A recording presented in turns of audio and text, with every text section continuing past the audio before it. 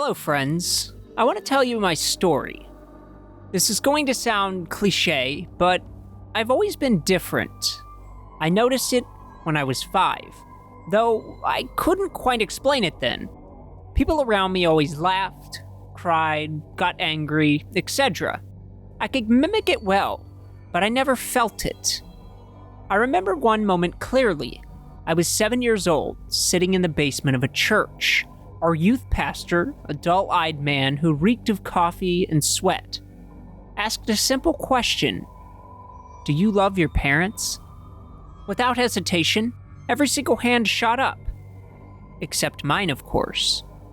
I looked around in confusion. I didn't understand the question. Love? I knew the word, of course. People in movies said it, books talked about it. But to me, it meant nothing.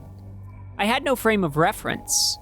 I raised my hand slowly, carefully, because I knew I was supposed to. But that moment stuck with me. Why did they all feel something I didn't? That was the first time I realized there was something wrong with me. Or maybe something was wrong with them. Regardless, I felt like I wasn't human. Most people are ruled by emotions. Happiness, guilt, sadness. I wasn't. Except for when I felt something extreme. I was numb. A void. And I hated that emptiness. But then, I found a way to fill the void. It started with an accident. There was this girl in my friend group, Sarah. She had a crush on me. Always standing too close, laughing too hard at my jokes. It was annoying. Suffocating. I needed her gone. But I couldn't just tell her to leave. That would make me the bad guy, and I happen to value my reputation quite a bit. So, I found another way. I'd sigh and say, "Sarah was talking about you the other day, but forget it. I don't want to start drama." I'd let their paranoia fill in the blanks. An eye roll when she spoke, a shift in tone when I mentioned her name. Soon, they were talking about her on their own. She's so clingy, she's always in everyone's business. They turned on her without realizing it. It worked better than I expected. Within a week, they stopped inviting her to places. She couldn't sit with us at lunch, no one spoke to her during study hall. The way she looked at me the last time we saw each other hurt. Desperate for me to stand up for her. It was almost funny. She had no idea it was me. That was the moment I realized what power felt like. The rush in knowing I caused everything. That I was the reason why she was alone. And then no one blamed me. Not even my victim. It was intoxicating. One of the first times I had felt my emotions so intensely. And after that, I had no choice. It's not like it's my fault I was born like this. If I were normal, I wouldn't have to resort to such tactics. But I'm not. So I do. After Sarah, it was easy. I picked my targets carefully. People who trusted easily. People who had something to lose. People who were lonely. I would become their friend, find their weaknesses, and then press just hard enough to watch them break. With one girl, I convinced her best friend she liked her boyfriend. The friend exposed her to the whole school, and soon she was known as a slut. A boy struggled with his grades, so I helped him get better, then I spread rumors that he cheated. I made sure nothing ever traced back to me. To this day, I haven't been caught. It only took the occasional rumor, an accidental slip of the tongue. People want to believe the worst when you give them the chance. The best part was always seeing when they understood that they were truly alone. The confusion, the panic, the helplessness. They would try to fix it, stammer out explanations, and beg their friends to listen.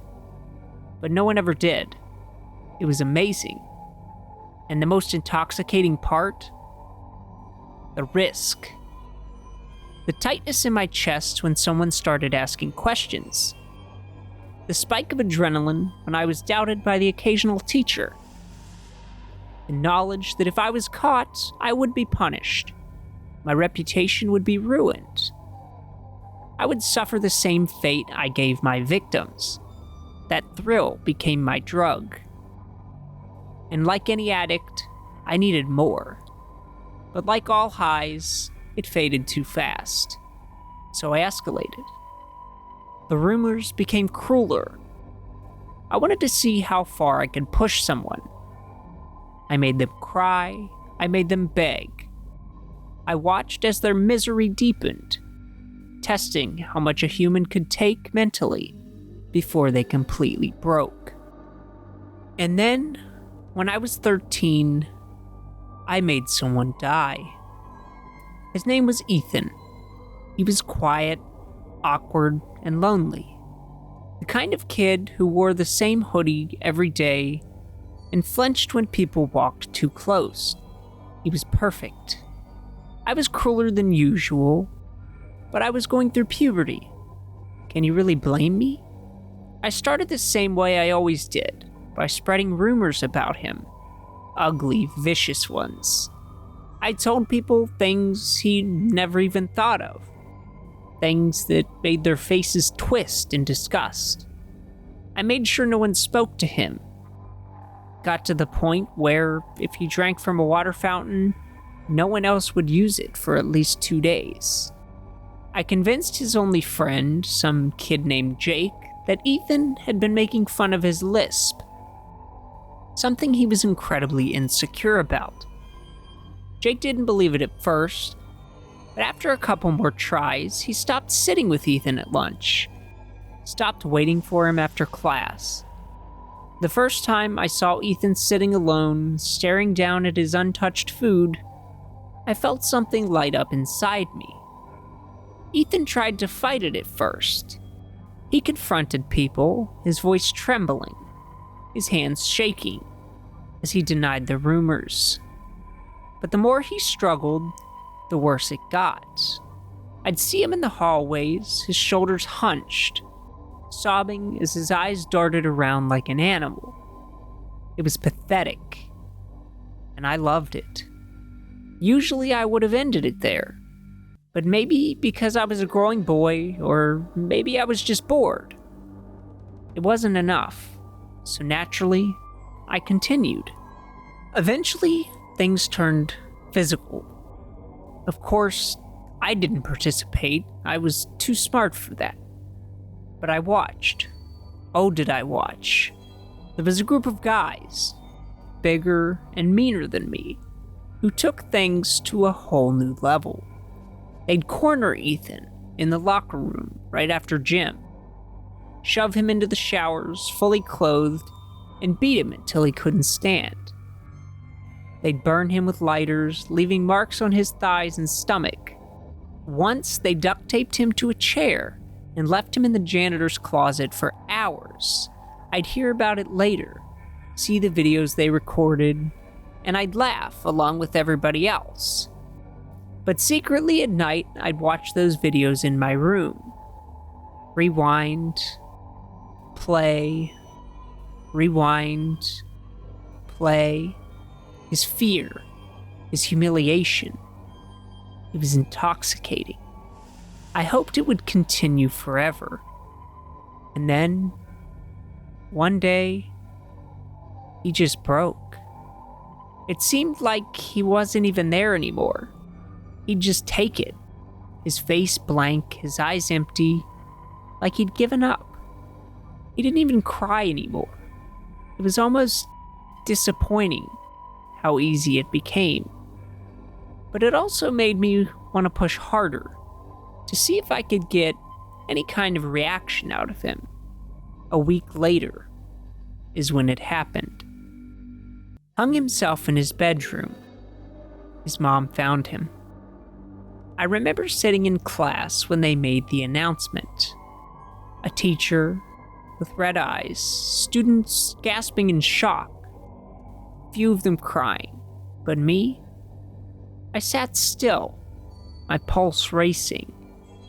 I felt three things. I didn't feel guilt. Not then, not ever. I felt fear. I waited for someone to turn around, to accuse me, to say my name. But no one did. The second thing I felt was a strange sense of pride. Like I'd won something. I'd pushed him further than anyone could have. Sure, I didn't physically torment him. But without me, none of it would have happened. It was nice knowing that I was the reason he broke. The last thing I felt was irony. He was struggling. He should have reached out. He needed help. My classmates sobbed over him, painted him as a tragedy, blamed the world, blamed each other, but not the culprit. Not me. Never me. While Ethan had a great experience, he killed himself. I wanted to know what it was like to take a life with my own hands. So I planned. It was going to be my gift to myself for my 14th birthday. The victim had to be someone no one would miss, someone disposable. A runaway, a homeless person, a drug addict. I spent weeks watching, looking for the perfect one. Eventually, I found him. A homeless man who slept near the back of an abandoned gas station. Mid-40s, smelled like piss and vodka. Perfect. I learned his schedule, what little of it there was. He scavenged dumpsters behind the 7-Eleven in the morning, begged outside the liquor store in the afternoon, and passed out at midnight. He never spoke to anyone. No one ever spoke to him. When the night came, my hands were steady. I brought a knife, nothing too fancy, just sharp enough to get the job done. He was asleep when I got there. I pressed the blade to his throat, crouching over him, watching his eyes flutter. The second he woke up, I pressed down. He struggled, not as much as I expected, but enough to make it fun. His fingers clawed weakly at my arms, but he was slow, clumsy. I felt his pulse jump under my hand, heard the wet, gurgling noises as he tried to suck in air through a throat that was no longer working. Then, the moment his body seized, shuddered, and finally still. Silence. I stayed there for a while, just watching. The blood was warmed where it soaked into my clothes, and the smell was amazing. Metallic. Raw.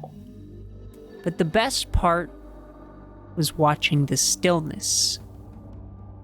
The complete, perfect stillness of something that had been alive, but wasn't because of me. And then came the high. I felt awake in a way I never had before.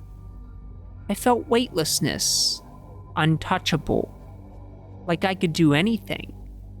The world seemed shaper, colors deeper, sounds crisper. I couldn't stop smiling. I ran my fingers through my blood-soaked jeans, smearing it between my fingers. Sticky, cooling, proof. There was no regret, no doubt, only the rush, the heat, the absolute certainty that if I had never felt more alive than in that moment, I watched life drain from someone's eyes. I got rid of the body and cleaned myself up, then walked home slowly, stretching out the feeling, breathing it in. I wanted it to last. By the time I got home, The feeling already disappeared, and I was back to my normal, numb self. But I wasn't disappointed, because I knew one thing for sure. I was going to do this again. The second time was easier. Another nameless, disposable person, another night spent watching life drain from their eyes. And the high, it was just as good, just as intoxicating. For a while.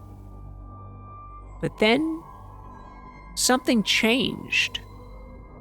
The third kill still felt good, but the rush didn't last as long. The warmth faded quicker, the satisfaction dulled faster. The fourth was the same, the fifth worse. It was like using drugs, each hit weaker than the last. I knew what that meant. I had to do more. Pain helped, drawing it out, making them suffer. The longer they screamed, the more I felt it. That electric, skin-piercing euphoria. I learned how to prolong it, how to keep them on the edge of death. It made the high last. It made it stronger. But even that started to fade. So I got more creative. I tried different tools, different methods. Some worked, some didn't. Some were too messy, some too quick. I learned restraint. I learned how to make them beg, how to keep them alive just long enough to see hope drain from their faces. The longer it took, the better the satisfaction. Still, no matter how much I escalated, the high always faded in the end. It was never enough. And maybe that was the best part. So that's my story. You've listened so patiently, like the good friends you are. Maybe some of you are disgusted. Maybe some of you are fascinated. Either way, you stayed. And that's almost as good as the act itself. Because, really, isn't this the same? Thrill of telling you, of confessing, the risk? It's exhilarating. That's why I'm telling you this. Because sharing my deeds, confessing, even anonymously, gives me that rush. Maybe you think I'm lying. Maybe you think this is all a sick fantasy from some attention-starved freak. Or maybe you believe me. Either way, I've enjoyed this. Goodbye, friends. At 28, I should have had my life together. I used to have everything, a high-paying job in tech, an apartment in Manhattan, that made people ask, how the hell did you manage that? I felt like I was on top of the world, like I had it all figured out. Then, just like that, it all fell apart. One round of layoffs, and my job was gone. I fought for a while, scrambled to find new work, but nothing came through. That sleek apartment, gone too. Now I was stuck in a tired old building in Queens, a third-floor walk-up with peeling paint, creaky floors, and the sort of charm you can only find in a place that hasn't seen a renovation in 20 years. But the price was right, and at this point, the city was all I had left, so I settled. But there was one thing that started to bother me more than the noise from the neighbors, more than the ancient plumbing that always seemed to be groaning at me. It was the sink. It started small, a tiny spot of what I thought was mold, right where the countertop met the sink. At first, I wasn't too worried. It was a grimy apartment, and mold is a part of the city living, right? I figured I'd scrub it down with some bleach and be done with it. But it didn't go away. The spot grew. Slowly at first, just a little darker, a little bigger. I'd clean it up, and the next day it was back, creeping its way up the faucet. I figured I was just missing some spot during my cleaning, but no matter how many times I scrubbed, it kept coming back. And every time, it seemed more aggressive, like it was fighting back. I wasn't worried at first. It was just fungi, right? Old pipes, old building, this sort of thing happened all the time. But then the smell started. It was faint at first, something sour and rank, but within a few days it had become this deep, rotting odor, like something was slowly decaying in the walls. The sound came next. I remember the first time I heard it. It was late, past midnight. The city was still buzzing outside, but the apartment was quiet. Too quiet. And then, from the bathroom I heard something. A faint tapping, like someone was lightly knocking on the porcelain. At first, I thought it was just the pipes. Those old things have been known to make noise. But it wasn't just the pipes groaning. It was rhythmic, scratching, tiny claws, like something was desperately trying to get out from underneath the sink. I tried to ignore it, but the sound persisted, growing louder, more frantic. It started to make my skin crawl. I wasn't sure what to think. I mean, it was probably just the building settling, right? But I couldn't shake the feeling that something was off. The smell, the noise, and now that growing patch of fungi. It wasn't just a stain anymore. It was alive. The next morning, I stood in front of the sink, staring at the black and green tendrils crawling up the faucet. I reached out cautiously to touch it. It felt cold. Unnaturally cold. I recoiled, not sure what I was expecting, but then I noticed something. The fungi. No, it wasn't just fungi anymore. It moved. The tendrils twitched as if reacting to my touch, like they were alive, like they were waiting for something. I stepped back, my heart pounding. I grabbed a sponge and tried to scrub it away again, but as soon as I touched it, I felt a sharp, almost electric sensation run through my fingers. It was subtle, like static, but there. I froze. My mind raced with possibilities. Was I imagining things, or was something seriously wrong? I couldn't get rid of it. No matter how much I scrubbed, it kept coming back, bigger, thicker, and more aggressive. The smell grew stronger, almost unbearable, and the scratching sound from the sink became louder, more insistent. I had to do something. I couldn't let this thing take over my bathroom, my life. I tried calling the landlord, but he never answered. I knew better than to trust a building maintenance crew with something like this anyway. This wasn't just a leaky faucet. I needed someone who knew what they were doing, someone who could deal with, well, whatever the hell this thing was. So I called Rick, my personal plumber from other shitholes I've lived in, kept his number on my fridge at all times. Rick had been in the plumbing business long enough to have seen some pretty weird things. Over the years, he dealt with everything from clogged pipes filled with random objects to water damage so bad that the entire floors of apartments had to be ripped out. But nothing had prepared him for the thing growing in my sink. When I called him, I tried to explain what was happening, how the fungi kept coming back no matter how much I cleaned, how it seemed to move when I touched it, and how the scratching noise had started. I'd left out the part about it looking like something from a horror film, but Rick had been around long enough to know that plumbing often involved more than just fixing leaks.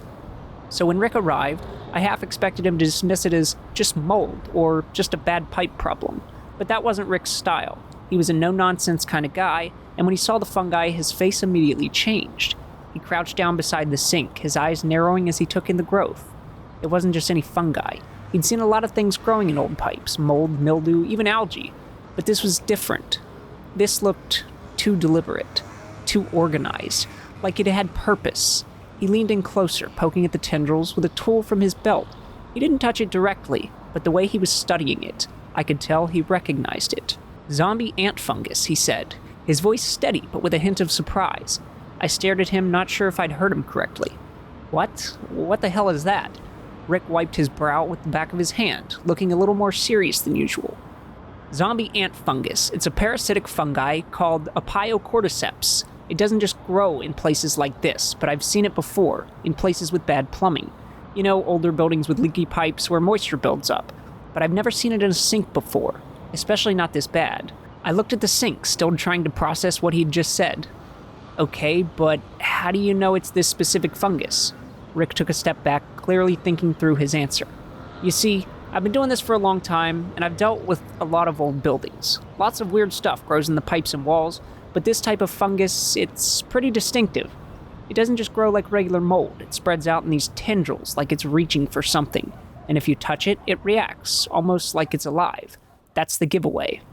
More than that, I've seen a similar situation in a couple places I've worked. Not too many, but enough to make me remember. There's a reason they call it zombie ant fungus, because it controls ants. Literally takes over their brains, makes them climb up plants and bite onto leaves or twigs, then kills them, and grows out of their heads. This stuff does the same thing in a way. It feeds on whatever organic material it can find, and it spreads quickly. If it gets a hold onto the right environment, it's almost impossible to stop.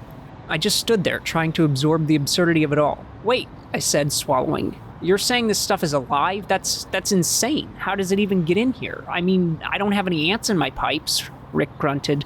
I've seen it in other places. It doesn't need ants to grow. It could have been brought in by anything. Maybe something that came through the building's water system, maybe something left behind from a previous tenant, or even a plant you brought in that had spores on it.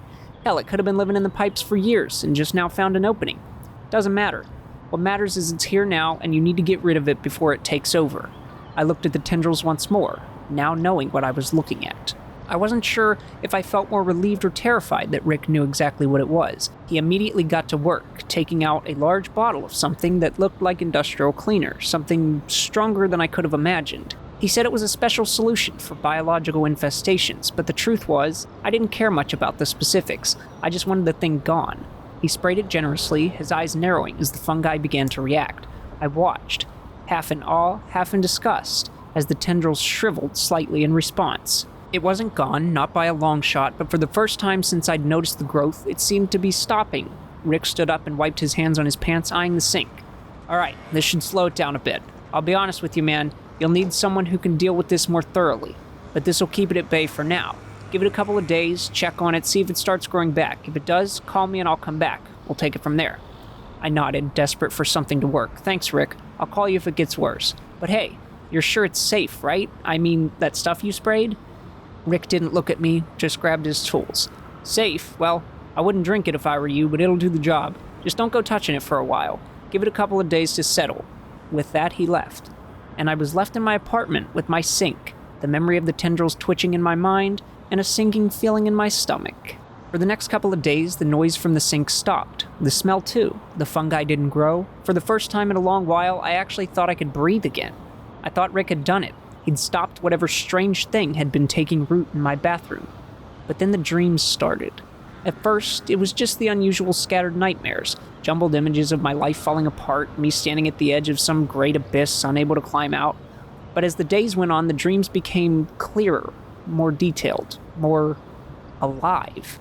I remember the first one vividly. I was climbing up the side of a building, my hands gripping the stone like they were made for this. My legs burned with the effort, and every time I pushed myself higher, I felt this strange, intoxicating surge of power. The world below me was far, far away, but it didn't matter. I was on top of the world. And then when I reached the top, when I finally crawled over the edge, I stood there, looking out at the city sprawl beneath me, and I felt done, like I had accomplished everything I'd ever set out to do. It was a brief, beautiful moment. But then I woke up, drenched in sweat, gasping for air, and the apartment was freezing cold. The usual hum of the city outside was muffled, and for a moment, I thought maybe I hadn't really woken up. I reached for the blanket, my fingers numb, but something was off. Something was wrong. I sat up. The pain was the first thing I noticed, this deep, throbbing ache in my head, almost like I'd been hit with a sledgehammer. And my toes, they felt like they were made of stone. I could feel nothing. I tried to move, but my legs were frozen in place. My body wouldn't move. I stared down at my feet and the cold, unfeeling flesh, and the panic began to rise in me. Was I paralyzed? Had I had a stroke in my sleep? But I could still breathe, still think. My mind was racing, trying to make sense of what was happening.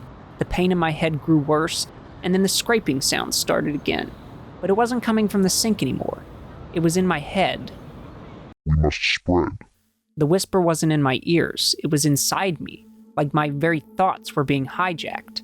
The voice wasn't mine, it wasn't Rick's, it wasn't anything I knew. We must spread. We need to spread. The words were jagged, broken, like they didn't belong in this world. I clenched my fists, but even that felt like too much effort. I was locked in my own body, powerless to stop the whispers. The next night, the same dream, the same building, the same climb. But this time, when I reached the top, I didn't feel accomplished. I felt empty. Like I had reached the end of something I didn't even want to start. I woke up again. The pain in my head was unbearable now, and the freezing cold was biting at my skin. But the numbness had spread. My legs, my arms, they were starting to lose feeling. I was losing myself. The whispering grew louder. We must spread. The next few days felt like they were slipping through my fingers. The dreams didn't stop. Every night I would climb higher, only to feel more and more empty when I reached the top. The air, once exhilarating, turned suffocating, and the moment I woke up, I found myself colder, deeper into whatever was happening to me. By the fourth day, I couldn't feel my arms anymore. They were just there, useless extensions of my body, and I couldn't move. I couldn't. I was on autopilot, dragging myself through each day like a broken machine. Then came the morning of the job interview, the one I had been clinging to, the one last hope of breaking free from this mess. I woke up early, forcing myself out of bed, but when I tried to move, tried to stand up, I couldn't. My body refused to obey. My arms hung limp, and I could feel the cold creeping up my legs. I tried to scream, but it felt like something was blocking me, holding me down. I was trapped, not just in my apartment, but in my own skin. The whispering returned, louder this time, more insistent. We must spread. The words burrowed into my mind like a parasite. I could feel it, feel the thing in me now, the thing that had been growing in the sink, feeding on me, taking over. I tried to fight it. I tried to move, tried to break free, but I was frozen. And then, with a sickening clarity, I realized something horrifying. It wasn't just the fungi spreading. It wasn't just something in my apartment, or my pipes, or even my dreams. I was spreading. My mind raced. I tried to speak, but all I could hear was that whisper. We must spread. We must spread. And then, as the last shred of my humanity slipped away, I understood. It wasn't just in my body. It was in my soul, taking it, consuming it. The fungi had spread beyond the pipes. It had spread into me. The last thing I felt was the cold cement of me climbing a building, the Empire State Building to be exact, aligned just like my dreams, only it was my last moment of being human. I am no longer a person. We are a spore, and we need to spread. It had been a few months since my friends and I left our small town to get away for a while. It wasn't like there was anything wrong with the place, we just wanted a break from the same mundane routine. So Anthony, Mike, and I packed up to set out and explore the world beyond. Sure, we had fun, but as time passed, we started to miss home, our families, our friends, and the streets we knew like the back of our hands. It felt like the town was calling us back. Now I wish we had ignored that call, that feeling. When we drove back into town, something felt wrong immediately. The air seemed heavier. The streets emptier than they should have been. We exchanged nervous glances, but dismissed it as just the weirdness of being away for so long. That excuse didn't last long. "Hey Jacob," Anthony said, his voice low and uneasy. "Does this feel off to you? I've had this bad feeling ever since we crossed back into town, and why is everyone looking at us like that?" He was right. The people we'd known our entire lives were staring at us, not with the warm, welcoming glances you'd expect from neighbors happy to see you back, but cold, vacant looks. "I feel that too," I replied. "It's like they're not themselves." Mike, sitting in the back seat, shifted uncomfortably. "Same here, and the way they're looking at us, man, it's freaking me out. Our town wasn't big, we knew everyone by name, and they knew us. But now, it was like they didn't recognize us, or worse, like they were studying us, deciding something. When we finally got to our houses, things only got stranger. My parents were there, sure, but they didn't greet me. They just stared. Silent. Unblinking. I tried to talk to them, but it was like I wasn't even there. Later that evening, I met up with Anthony and Mike at an old clearing in the woods where we used to hang out.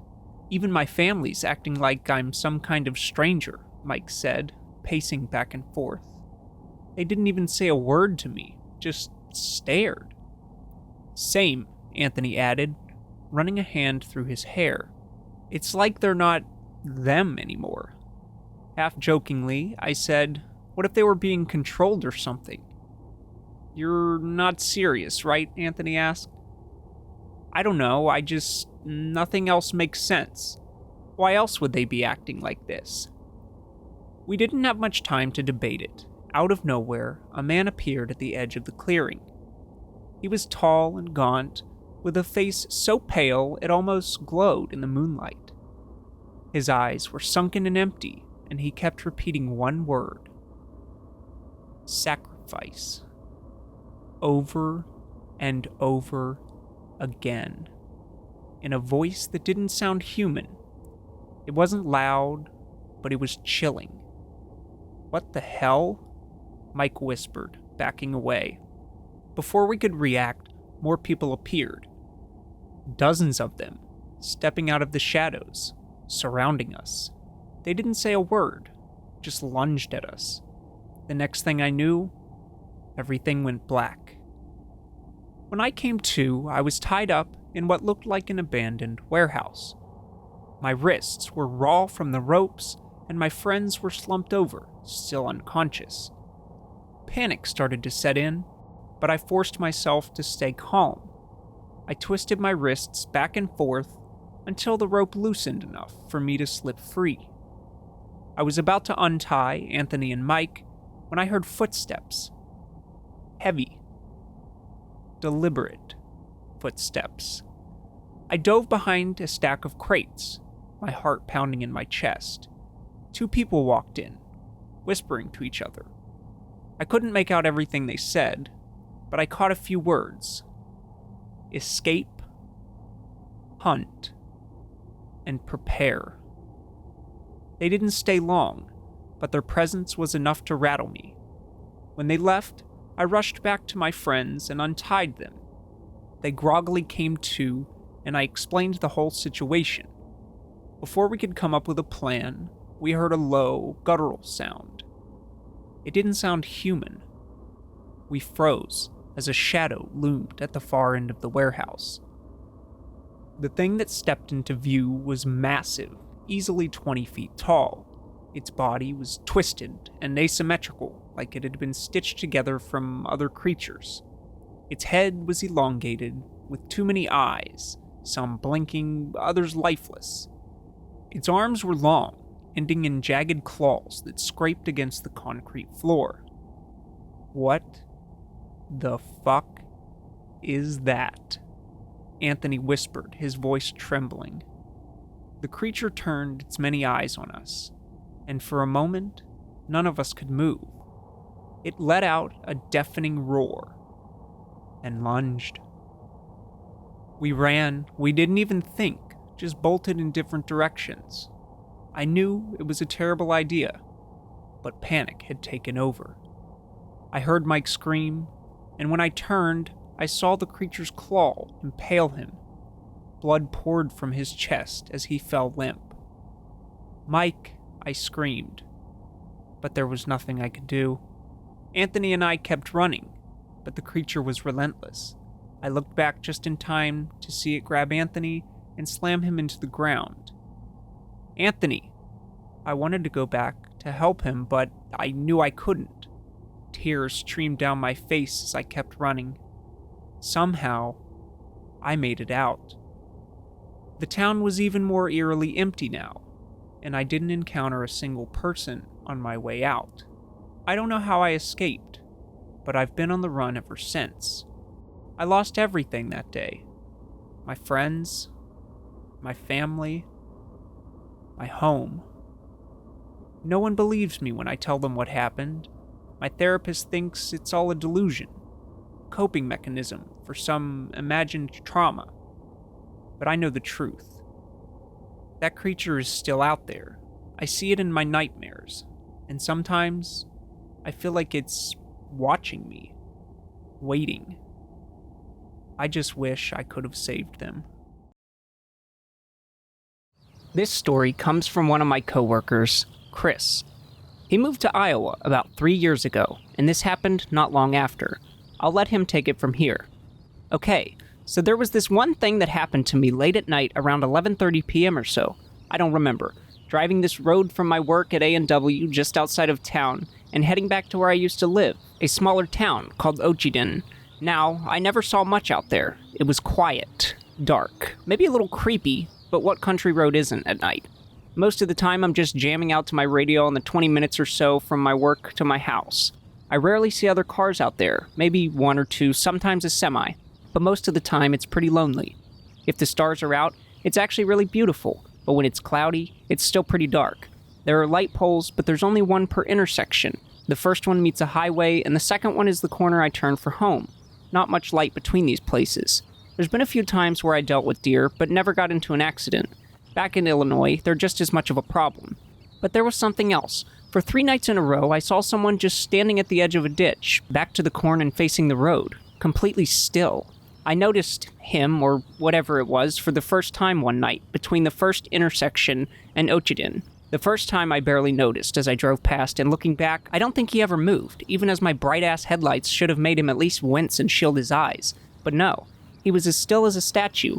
My first thought was a scarecrow. Like, oh, someone put him there, never saw him there before. It was mildly creepy, just seeing someone standing in pitch-black darkness. Then the next day, when driving to work, he wasn't where I thought he was. Just gone. I didn't think anything of it at the moment until I saw him again in the exact same spot where he was the night before as I drove home. The night was only partly cloudy this time, so when I glanced in the rearview mirror, I saw him again. Same spot, same posture, still facing the road. He didn't turn, didn't move, just stood there like before. I was beginning to feel creeped out. Maybe it was a Halloween decoration, but it was August, and who puts up a scarecrow at night? I don't know, I'm not aware of some Iowa tradition where people put their scarecrows only in the time of night but take them down during the day. I guess I forgot to describe him. He was tall, like maybe 6 foot something, maybe average build, wearing blue jeans and a flannel shirt. I figured he looked like a farmer around here or something. I didn't really see the face as I drove past the first 2 nights. Now, what I'm about to say was really fucking stupid, I know. Some dumb horror movie mistake number 1. The 3rd night, I stopped near the guy. I don't know, I was just weirdly curious, but you know what they say about the cat. The night was clear, and there was no other cars on the road. I stayed inside my car and rolled down the window. I poked my head out, calling out to the guy, like, "Hey, you alright?" Nothing. Absolutely nothing. Not so much as a huff, not rustling or anything. The guy was stock still. I waved, trying to get his attention. Still, nothing.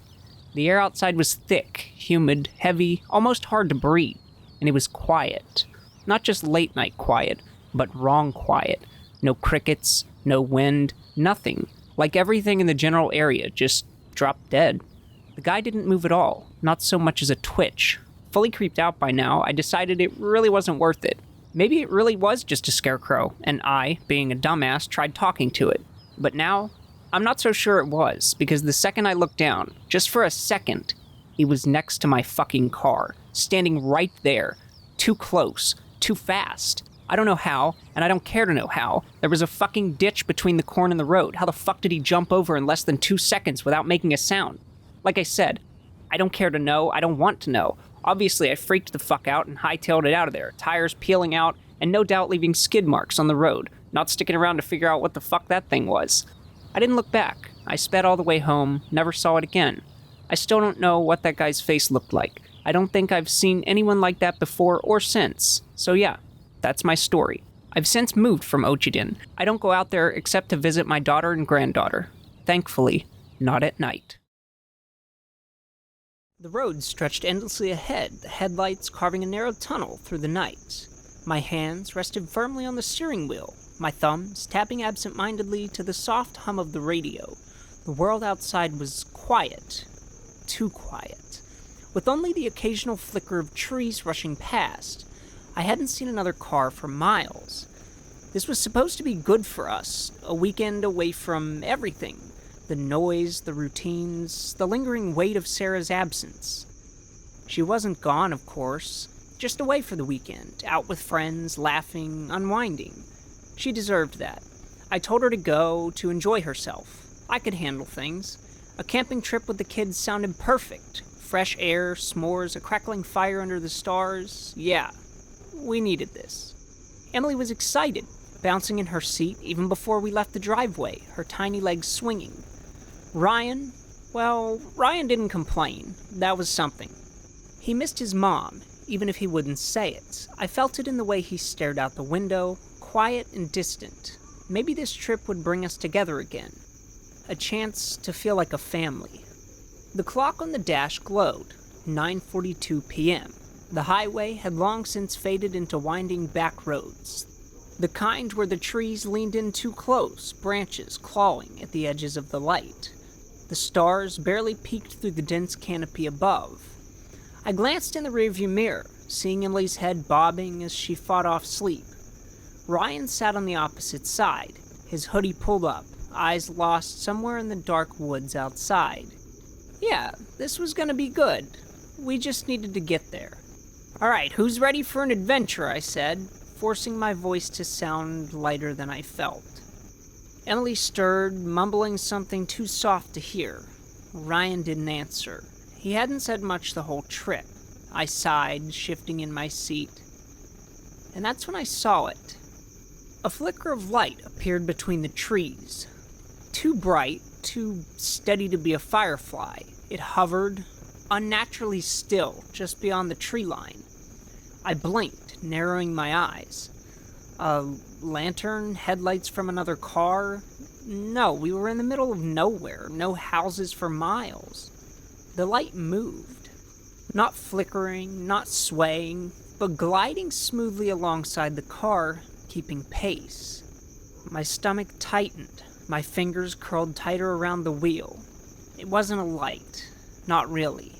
It stretched, curving into something thin and sharp, something that looked like teeth, a smile, and it was watching us. I kept my eyes on the road, trying to shake off that feeling in my gut. Whatever it was, I knew it wasn't right, but I couldn't dwell on it. We had made it this far, and the kids needed this trip. It was a fresh start for all of us, even if it was just for the weekend. Eventually, the winding road opened up to a wider stretch of land, and I could see the wooden sign up ahead.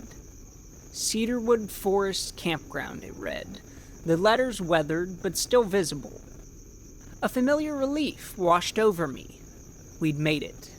I pulled the car to a slow stop in front of a small wooden kiosk, where a uniformed officer sat in a folding chair, a clipboard resting in his lap. His eyes were sharp under the brim of his hat, taking in the car and the passengers as I rolled down the window. "Evening," I said, trying to sound cheerful. "We're here to camp for the weekend." The officer gave me a quick nod, his gaze flicking over to the kids in the back seat, then back to me. $30 for the weekend, sir," he said, his voice firm but polite. "It's a cash-only campground, but we've got a nice spot right by the lake. You'll find the parking area just ahead. Just follow the signs to the campgrounds. Enjoy your stay." I pulled out my wallet and handed over the cash, feeling the weight of the night press in on me. The officer gave me a receipt, waved me through, and I rolled up the window, steering the car past the parking area. The parking lot wasn't huge, just a few rows of gravel spaces, each marked with a small, weathered sign indicating the campsites. There were a few other cars parked, mostly older models with gear strapped to the roofs, tents and coolers already packed beside them. I parked the car in an empty spot, the headlights illuminating the darkened woods ahead. The air felt crisp, the scent of pine trees filling the space around us. "Alright guys," I said, cutting the engine. "We're here. Let's get everything out and set up before it gets too dark." Emily's eyes lit up as she unbuckled her seatbelt, her excitement palpable. "Yay, I get to sleep in a tent!" She shot out of the car before I even had the chance to grab the keys. Ryan didn't say anything at first, but I can see him trying to hide his grin, his green eyes reflecting the excitement. He wasn't one to show too much emotion, but I knew he was looking forward to this trip more than he let on. "Come on, Ryan, let's get the tent set up," I said, opening the trunk to grab his gear.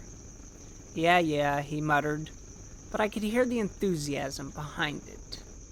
The campsite was peaceful, the gentle rustle of the trees above, the faint sounds of distant wildfire. It was nothing like the city noise we were used to. The kids were in their element, running around, laughing, their voices carrying in the cool night air. We managed to get the first tent set up quickly. Ryan and I worked together, sliding the poles into place, while Emily helped by passing the stakes. She was already talking about what she was going to do the next day, what trail she wanted to hike, what animals she might see. I smiled, tying down the last corner of the tent. "There we go. One tent all set up," I said, wiping my hand on my jeans. I looked at Emily, then Ryan. They were both grinning, happy, for once completely lost in the joy of being outdoors.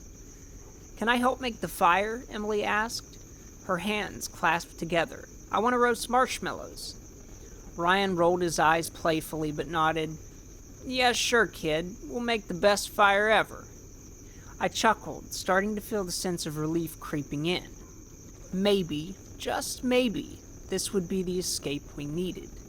It felt like we were finally beginning to unwind, to shake off everything that had been weighing us down. I stepped back to look at the tents, my kids already making themselves at home in the small space. The night stretched on, and the stars above shimmered brightly, untouched by city lights. A small, satisfying sense of peace settled over me. Let's get the fire going, I said, as I gathered wood from the pile nearby. We'll make this a night to remember. And for a while, it felt like everything was exactly as it should be. The night was quiet, save for the occasional crackle of wood as I arranged the logs in the fire pit. The kids were chattering away, gathering sticks and small pieces of kindling to help me get the fire going. Ryan was a little more hesitant with the matches, but Emily was practically bouncing, too eager to wait. I struck the match and held it to the dry kindling. The flames caught quickly, and soon the fire was crackling, casting flickering shadows across our small campsite. The warmth from the fire felt good, especially after the chill of the night air. Emily was already holding out her marshmallow stick, her face lit up by the orange glow of the flames. I'm gonna roast the perfect marshmallow, she declared, her voice filled with determination. I laughed. You say that every time, Em. Let's see if you can actually pull it off tonight. Ryan didn't say anything but smirked, pulling out his own stick and skewering a marshmallow. He wasn't one for talking much, but I could see the peace settling in him too. We sat there for a while, the fire's warmth and the quiet of the forest surrounding us. The sound of the crackling fire and the occasional rustle of the trees above were comforting. For a while, everything felt perfect. No distractions, no city noise, just us. The kind of peaceful moment I had been longing for. But then, something shifted in the air. A feeling I couldn't quite place. The firelight flickered, casting longer shadows than it should have, and suddenly I had the eerie sense that we weren't alone. I looked up, my gaze automatically drawn to the edge of the clearing where the trees started to grow thicker. At first, it was just the blackness of the woods, an impenetrable mass of shadows. But then, I saw it. A figure. It was far away, standing just at the edge of the forest, barely visible in the distance. But the thing that struck me first was its smile. It was too bright, too wide. It shone through the darkness like it was carved from light itself, cutting through the night like a cruel, mocking mockery of joy. Its eyes, bright and unnaturally white, seemed to pierce through the distance. I could see everything, its grin, its eyes, but no matter how hard I tried, I couldn't make out the shape of the creature. It was like the shadows themselves were swallowing up the figure, distorting it beyond recognition. My breath caught in my throat, and I blinked hard, trying to make sense of it. Was it real? Was it my mind playing tricks on me? The figure didn't move, just stood there, grinning. I blinked again, and in that instant, it vanished. The clearing was empty once more, the only sound, the crackling of the fire.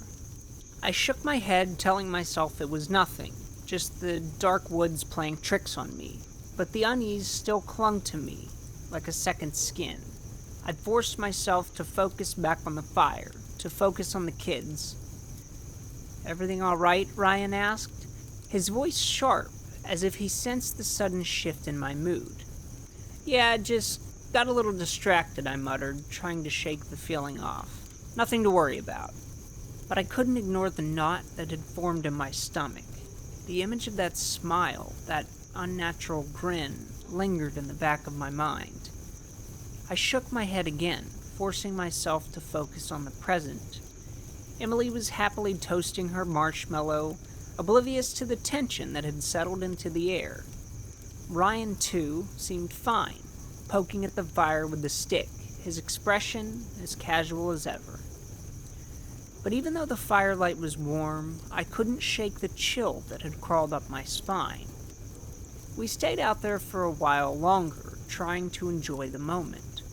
But the air felt heavier now, the shadows deeper. The distant woods, once welcoming, now felt suffocating. "Alright guys," I said, my voice more clipped than intended. "Let's finish up and head inside the tents. We don't want to be out here too late." Emily pouted but nodded reluctantly, pulling her marshmallow away from the fire. "Fine, Daddy, I'll save the rest for tomorrow." Ryan followed suit, tossing his half-eaten marshmallow onto the ground with the flick of his wrist. We doused the fire, stamping out the last of the embers, the air cooling immediately. The night was darker now, the sky overhead almost suffocating in blackness. "Come on, guys," I said again, more urgently this time, my unease growing stronger. "Let's get inside the tents." We grabbed our things and hurried toward the tents, a palpable tension in the air. I could still feel that strange, unsettling sensation clinging to me, like something wasn't right. But we made it to the tents, the zippered flaps, a welcome barrier between us and the vast, empty woods outside. As I tucked Emily into her sleeping bag and Ryan settled into his, the tent felt too small, too closed in. I couldn't shake the feeling that something was out there, something that wasn't meant to be seen, something that was waiting. "Good night, kids," I said, forcing a smile, but even my voice didn't sound as convincing as I wanted it to. "Good night, Dad," Ryan mumbled, his voice already half lost to sleep. "Night, Daddy," Emily whispered, her eyes already fluttering closed. I lie there in the dark, the sounds of the forest all around us, but I couldn't sleep. Every creak, every rustle of the trees made my heart race, and my mind kept replaying the image of that smile, that unnaturally bright grin. Somewhere in the distance, I knew it was still there, waiting. The morning light seeped into the tent through the small cracks in the fabric, casting soft beams across the ground. I woke up first before the kids. My eyes fluttered open, and for a moment I just lay there, listening to the stillness of the woods around us. The air was cool, but not cold. The kind of morning where you could breathe deep and feel a crisp freshness in your lungs. Emily was curled up in her sleeping bag, her soft blonde hair falling in waves over the pillow. Her breathing was steady, and I could hear the occasional soft sigh escape her lips. Ryan, too, was still asleep, his sandy hair tousled and his freckled face peacefully in a way that made me smile. I didn't want to wake them up. Instead, I just lay there for a while, watching them, feeling this odd sense of contentment. But there was something else, something I couldn't quite shake. A creeping sense of unease, like a shadow lingering in the back of my mind, whispering that something wasn't quite right. I've rubbed my face with one hand, trying to shake the fogginess from my brain. The weird feeling I had last night still clung to me like a thick fog. That smile, the eyes, the feeling that I wasn't alone out here, even though there was no one around. I shifted slightly, trying not to wake the kids, and pushed the thought away. I didn't want to overthink it. It was probably just the isolation, the woods playing tricks on my mind. The quietness of everything, I had to snap out of it. I slowly unzipped the flap of the tent and stepped out, the cool morning air hitting me as I stood up. I looked over the clearing, at the small patch of woods beyond. The fog from the night had lifted, but the trees still loomed ominously, their dark shapes reaching up toward the sky. The fire pit from last night was nothing but a pile of ash now, and the camp seemed even quieter than before. I bent down to pick up a stray stick, my hands moving mechanically. As I straightened up, I glanced back at the tent. The kids were still asleep. They looked so peaceful, like nothing could ever hurt them. And that was the thing that made me feel off. How could something that peaceful and perfect exist in the middle of such a strange, unsettling place? I tried to shake it off again, focusing on the present. I leaned against a nearby tree, my fingers tracing the rough bark as I stared into the distance. But then, just like the night before, that nagging feeling returned. The words I'd said yesterday while driving, how everything was fine, how the trip was going great, how the kids were excited, it didn't sit right. My voice still echoed in my mind, and it felt rehearsed, like something I had said before, over and over again, but I couldn't remember when. I let out a quiet sigh and turned back toward the tent. The kids were still asleep. I almost wanted to let them sleep in, give them the extra time to rest before we started the day. But a part of me couldn't shake the thought that something was wrong. Something beyond the usual fatherly concerns. Something deeper. Something I couldn't explain. As I stood there lost in thought, I found myself staring at the trees once more. The woods were still and silent, as though holding their breath. I couldn't help but feel that at any moment something was going to break the stillness. The woods were alive, yes, but there was something unnatural about it. It wasn't the peaceful kind of alive. It was a quiet, waiting kind of alive. My hand twitched, and I realized I had been standing there too long. I needed to focus on the kids, on the trip. I was their dad. I was supposed to be their protector. I couldn't let my mind wander like this. I took one last deep breath and started to head back toward the tent. But then, out of the corner of my eye, I saw it. A flicker. Something moving in the distance. The trees shifted, but it wasn't the wind. I stopped dead in my tracks. For just a second, I thought I saw a figure. A shape. Just at the edge of my vision. I blinked quickly, but it was gone. I rubbed my eyes. What was going on with me? Maybe it was just the fog of sleep or the strange feeling that had been hanging over me since last night. But that wasn't the point.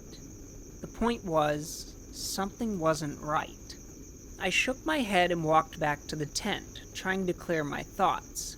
When I unzipped the door and crawled inside, the smell of damp earth and fabric hit me. The kids were still sound asleep. Emily's soft snores filled the quiet space, and Ryan's face was buried in the pillow, his body curled up like a little ball. I sat on the ground next to them, staring at their peaceful faces. I couldn't help but smile at how innocent they looked. But the smile didn't reach my eyes. I could feel the weight of something pressing on me, something I couldn't explain. I wanted to say something, to shake the feeling off, but instead I just sat there, watching, waiting, trying to ignore the nagging voice in my head telling me that something was wrong, that I had missed something, that my words from yesterday, the driving, the laughter, everything, they didn't belong. I wasn't sure what I was doing anymore, but I couldn't leave. I couldn't shake the idea that something was watching us, waiting for us to make the next move. I just hoped I was wrong. The sun was already high in the sky when I finally made my way back into the tent. The kids were still sound asleep, curled up together like they didn't have a care in the world. I smiled at the sight, how innocent they looked, how easy it seemed for them to just slip into peaceful dreams. I stretched my arms overhead, feeling the crisp morning air through the fabric of the tent. It was time to start the day. I didn't want to rush them, but I also wanted to make the most of the trip. I crouched down beside Emily, gently brushing a few stray hairs from her face. "Hey, Princess," I whispered, my voice soft but firm enough to rouse her from her sleep. "Time to wake up." Emily stirred, blinking her bright blue eyes as she slowly woke up. A small smile spread across her face when she saw me. "Morning, Daddy," she mumbled, her voice still thick with sleep. Ryan was harder to wake. His messy brown hair was tangled in a way that made him look even younger than his 10 years. I nudged him, shaking him gently by the shoulder. "Hey, bud, time to get up." He groaned, rubbing his eyes with the back of his hand. "Do we have to?" I chuckled softly. "Yeah, we have to, but guess what? We've got a whole day ahead of us. We're gonna have fun today." That seemed to do the trick. Ryan let out a half yawn, half laugh, and sat up, rubbing his eyes. "What are we doing?" I grinned, already knowing what I wanted to do next. "How about a game of hide and seek?" I suggested, my voice carrying an excitement I hoped they would catch. Emily jumped up instantly. "Yes, let's do it. Can I hide first?" Ryan nodded enthusiastically. "I'll find you, Emily. You'll never get away from me." I laughed, shaking my head. All right, let's get outside. We'll start fresh in the woods." We crawled out of the tent and into the cool morning air. The woods stretched out before us, vast and inviting. The trees were thick, and I knew the kids would have a blast running around, playing their games in the open space. "Okay, Emily, you're up first," I said. "You hide, and Ryan and I will count." Emily didn't hesitate. She darted off, already trying to find the perfect hiding spot, her blonde hair bouncing behind her. Ryan counted loudly, his voice echoing through the woods. 1, 2, 3. I grinned as Emily disappeared behind a large tree, her giggle barely audible. Ryan and I exchanged a look, both of us trying to stifle our laughter as we began to search for her. The day was filled with games, tag, racing, and more hide and seek. The kids were full of energy, laughing and shouting as they ran through the woods, their voices carrying through the air. The sounds of their joy made the woods feel less foreboding, less strange. For a while, I could almost forget the nagging feeling I'd had earlier. By the time the sun started to dip beneath the trees, we were all worn out, our faces flushed from running around. I led them back to the campfire where we settled down and made our dinner. Simple hot dogs and marshmallows roasted over the fire. The smell of sizzling food mixed with the fresh scent of the woods, and for a moment, everything felt normal. After dinner, we all sat around the fire, the flames crackling and dancing in the night air.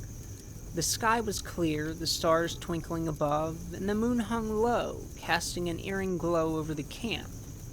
The kids looked content, tired but happy, their eyes wide as they gazed into the fire. "All right," I said, wiping my hand on my pants. "It's getting late, time for bed." Emily groaned and nodded. "Do we have to?" I nodded. "We'll have another fun day tomorrow, but it's important to get some sleep." We got everything settled, the tent zipped up for the night, and the kids snuggled into their sleeping bags. They were both still full of energy, their excitement from the day not quite ready to fade. "Can you tell us a bedtime story, Daddy?" Emily asked, her voice soft but hopeful. Ryan nodded, his eyes already starting to droop. "Please, Dad?" I chuckled, sitting down at the edge of their sleeping bags. I had a lot of stories to choose from, but something about this moment felt right for an old classic. "All right, how about Romeo and Juliet?" I said. They both perked up, intrigued by the idea of a love story. I wasn't sure if they fully understood the depth of it, but I figured it might be fun to share. "Once upon a time," I began, my voice lowering to a soothing tone. "There were two families, the Montagues and the Capulets. They hated each other, like really hated each other. And then, one night, at a big party, two of their children, Romeo and Juliet, met. I could see their faces light up as I began the tale. I told them the story of the forbidden love, of how Romeo and Juliet fell for each other at first sight, their love defying the long-standing feud between the families. I skipped over the darker parts, the tragedy of the ending, but focused on the pure connection between the two. Romeo and Juliet couldn't be together, I said, my voice heavy with emotion. But they still fought for their love. They tried to make it work, even when the world didn't want them to. And even though they didn't get the happy ending they deserved, their love was remembered for all of time. As I finished the story, I looked down at Emily and Ryan. They were both asleep, their faces peaceful, their bodies curled up into their sleeping bags. I smiled softly, tucking the blanket tighter around them. I glanced towards the entrance of the tent, my thoughts drifting again to the woods outside. The feeling of being watched, of something lurking just beyond the trees, crept back into my mind. But I pushed it aside, focusing on the warmth of the fire and the peaceful breaths of my children. I had to believe everything was fine. I had to.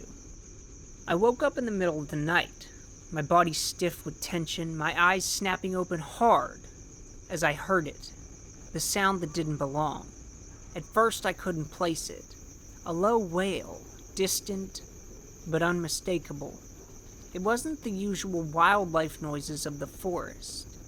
It was a long, drawn-out sound, almost animalistic, but there was something off about it. It didn't belong here. It seemed to pierce through the silence, eerie and unnatural. A second wail joined the first, then another, until they all merged into a horrible, rhythmic cacophony. The more I heard it, the more it felt like a warning, like the creatures of the forest were trying to tell me something. The noise was growing louder, more frantic, as if something was moving, something large, something that didn't belong. A chill ran down my spine, and I instinctively pulled the blanket tighter around me, my heart pounding in my chest. Suddenly, a gust of wind howled through the trees, shaking the tent, making the branches creak as though something was forcing its way through the woods. The wail noises stopped for a brief moment, leaving only the whisper of the wind. But the eerie quiet that followed was worse. It was as though everything had gone still, waiting. I slowly sat up, trying to calm my breathing, but my skin prickled with a strange cold sweat. There was something outside, something that made the forest feel wrong, something that was lurking just beyond the shadows. And then, in the silence that followed, I heard the sound again. A wheel, sharper this time. Closer, almost as if it was coming from right outside my tent. My body tensed. I wasn't sure whether it was my imagination running wild, or if something was truly out there. But I couldn't quite shake the feeling that whatever it was watching me, waiting for the right moment to make itself known. I lay there in the dark, my mind racing. The strange wail sounds from outside seemed to echo through my skull, and every time they paused, I felt as though something was getting closer. It felt like the entire forest was holding its breath, waiting for something terrible to happen. With my heart pounding, I slowly reached for the zipper of the tent. My fingers trembled as I unzipped it a tiny bit, trying not to make any noise. I peered out into the blackness. At first, I saw nothing. But then, something caught my eye in the corner of my vision. Something tall. Something unnatural. A towering figure standing just beyond the reach of the firelight. It was massive, easily 12 feet tall, its form a void of pure darkness. It absorbed all the light around it, making the air around it feel colder, heavier. Its body was featureless, a silhouette that seemed to bend and stretch in the shadows. The creature's arms hung unnaturally low, down to its knees, and its fingers, they were twisted, gnarled like broken branches of some ancient tree. So dark it seemed to suck in the light around it. But the worst part wasn't its size or its form. No, it was the eyes. Those eyes, stark white sclera with pitch black pupils locked onto mine. and I felt a shiver run through me that had nothing to do with the cold. It was the smile, the grin. It was impossibly bright, glowing in the dark like a cruel mockery of light. It sliced through the night, too wide, too bright, and it never wavered. The creature just stood there, its head tilted slightly as it stared at me, its grin never faltering. It wasn't moving, just watching. I could feel my heart racing in my chest, my throat closing up. Fear crawled up my spine, cold and unrelenting. I snapped the zipper shut, nearly panicking as I quickly backed away from the tent opening. My breath came in shallow gasps, my body trembling with adrenaline. I could feel a sense of terror rising in me, like I was suffocating. I glanced over at my kids, Emily and Ryan, still sound asleep in their sleeping bags, oblivious to the nightmare outside. How could they not sense it?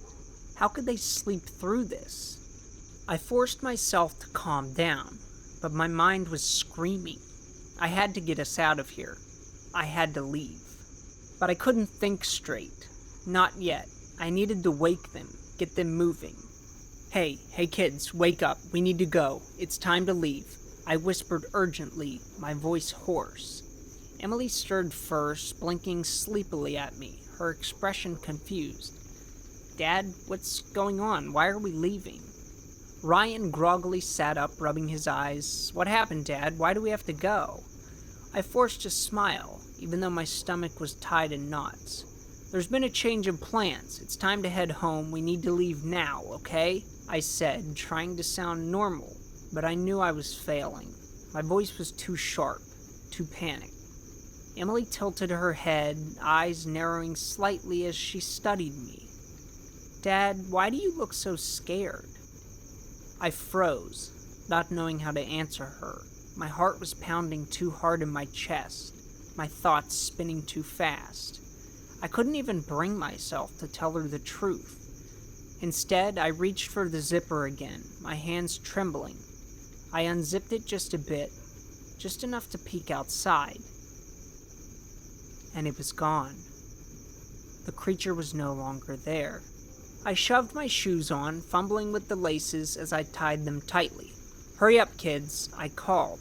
They quickly bent down, hands smoothing the laces, each pair aligned with careful precision as they slipped their shoes on without a word. But I didn't wait. I didn't hesitate. My heart leaped into my throat, and I grabbed the kids, pulling them to their feet. Come on, we're leaving now, I said, my voice trembling. I didn't care that everything was still packed up, that we hadn't finished everything. All I knew was that we had to go, and we had to go fast. The moment I zipped the tent closed behind us, I led them into the night, not daring to look back. I didn't care what was left behind. I didn't care about anything but getting us out of the woods, away from whatever was out there watching us.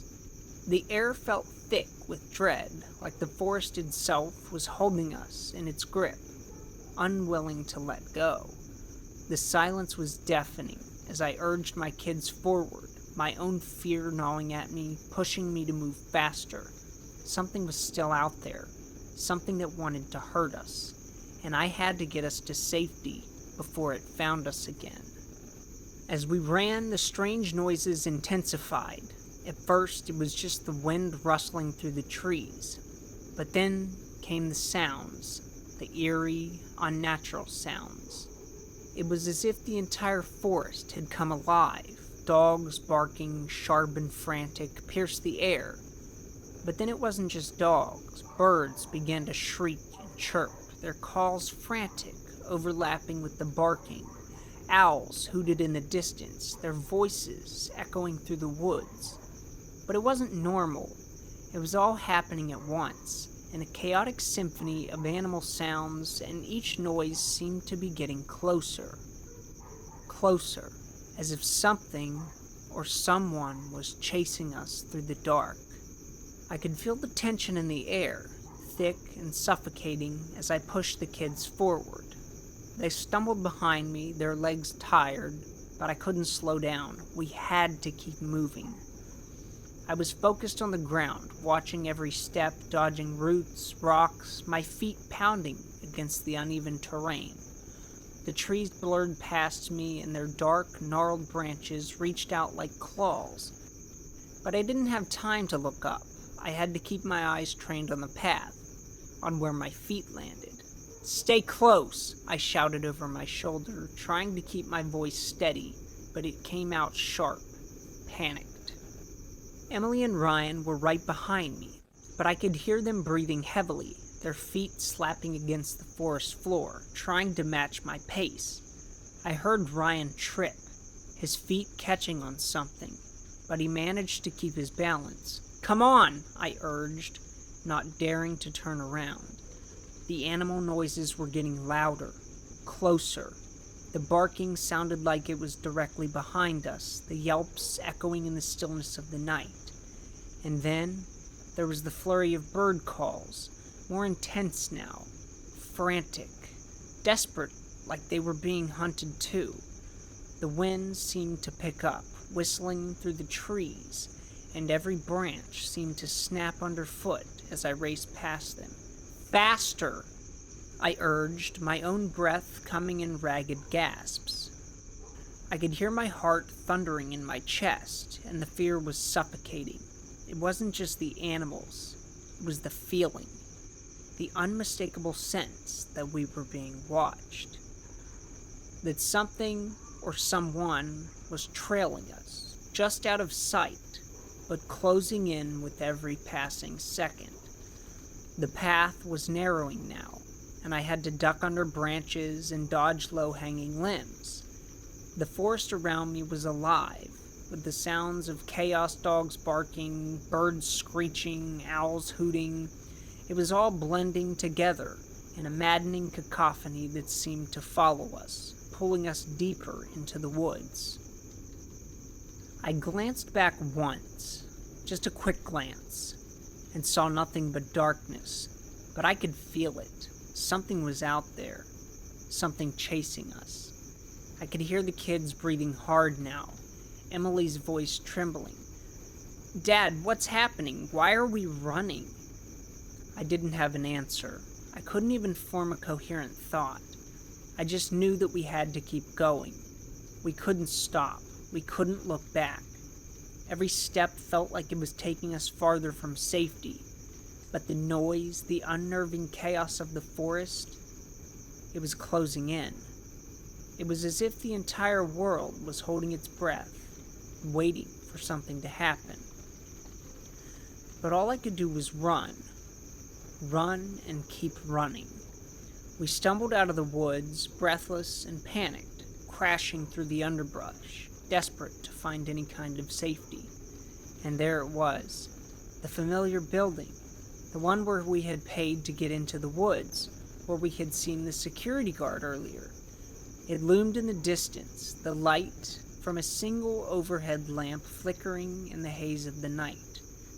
We rushed towards it, and as we neared the entrance, I saw the security guard sitting in the chair, his feet kicked up on the desk. He was still there, calm, unaware of the terror that had been stalking us. I could barely catch my breath, my chest tight with panic as I approached him. "You've got to help us. Something's out there. Something's wrong," I shouted, my voice crackling with fear. The security guard looked up slowly, his expression unchanging. He didn't move for a moment, just stared at me as though I had lost my mind. Then he shifted in his seat and scratched his chin. "Look, buddy, it's late, and we get all kinds of stories around here. People see things in the woods all the time. You just need to calm down, all right?" His nonchalance made my stomach twist into knots. I could feel the fear rising in my chest again, burning through me. "No, you don't understand. There's something out there. Something is following us. Please, you have to help us." But the guard shook his head, unbothered.